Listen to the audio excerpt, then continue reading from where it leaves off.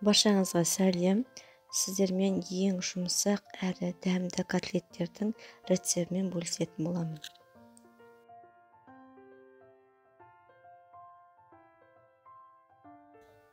Ол үшін бізге фарш,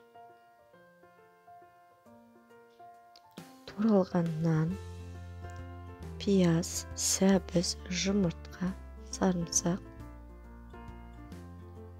тұз, бұрыш, сүт, қуыруға арналған өсімдік майы керек.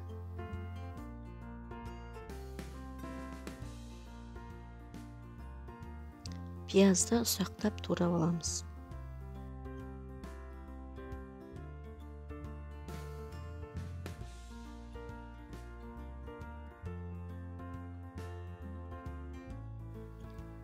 Сәбізімізді үкіштен өткіземіз.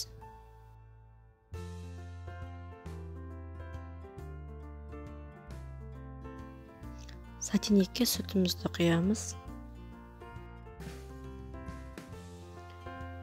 Үстіне туралған нанымызды саламыз. Жай отта жылытып, нанымызды езіп аламыз.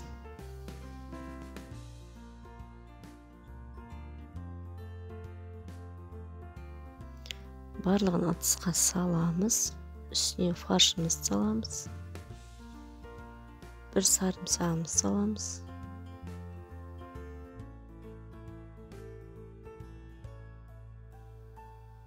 Жұмыртқамызды саламыз. Тұзымыз бен бұрышымызды саламыз. Қасықпен әбден араластырып аламыз.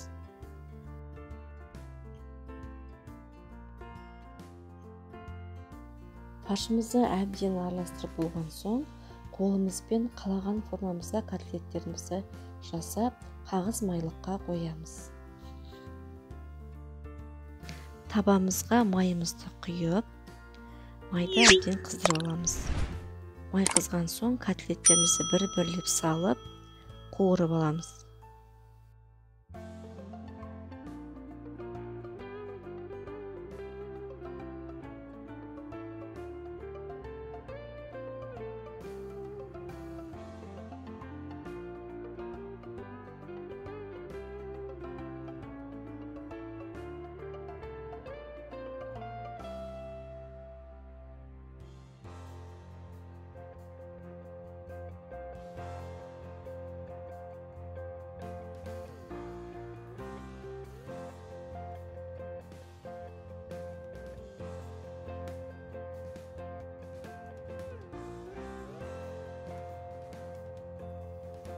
Котлет өте жұмсақ әрі дәмді болып пісті.